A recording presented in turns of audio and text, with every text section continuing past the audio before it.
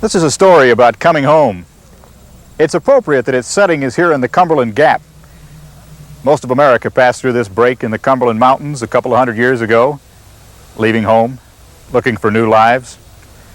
Folks around here like to remember Daniel Boone and Abe Lincoln and all the other famous names that passed this way. But a fellow by the name of Joe Clark thinks the folks who stayed are just as important. They planted the roots of his childhood and gave him a place to come home. Boss, you got a smile at the heartbreaker there. Ray, would you stand in there again? That one never took for some reason. Joe Clark left this valley 40 years ago, but he carried with him pictures of his friends and neighbors that would set a course for his life. He went to work for the great news magazines, Time and Life and Newsweek, capturing the face of the common man. But he never forgot those first pictures or the friends who inspired them. Fall in, you better start stirring. What you doing? You got Ray out here working? Yeah, I've had my blue serge on all day waiting on it. Hi, Ruth. How you been? Okay, how are you? Coming around the mountain. Seasons, like signposts, mark the time. And this fall, at age 76, Joe Clark came back to Cumberland Gap for a harvest of memory. The faces were much the same. The generations had changed. 30 years ago, Joe Clark took pictures of his neighbors performing what he thought was the last of an old-time harvest ritual. Farm families gathering together to boil down cane syrup to make molasses. It was more than just ritual.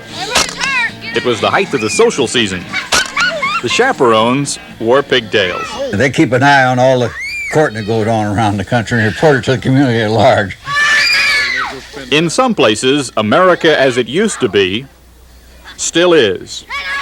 If you want to go after the wonderment of life, take your camera and go home.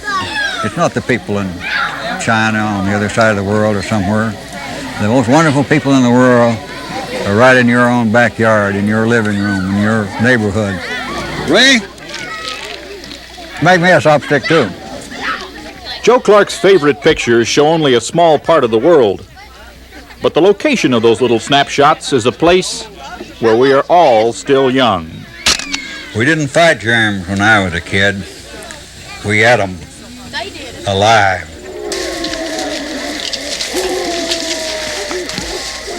It was something more than nostalgia that brought Joe Clark back to the cane patch this cold autumn night. He wondered if he might have lost some of the magic of the place. You all gonna be stripping all night? You see, when Joe Clark was a boy, there were ghosts in these fields and old-time storytellers to keep little eyes peeled. But now that the old storytellers were gone, maybe some of the magic went with them. My blood turned as cold as the icy rain that soaked my skin. Old trouble kept on moving up the mountainside. He needn't worry. Certain death is one. He brought his own.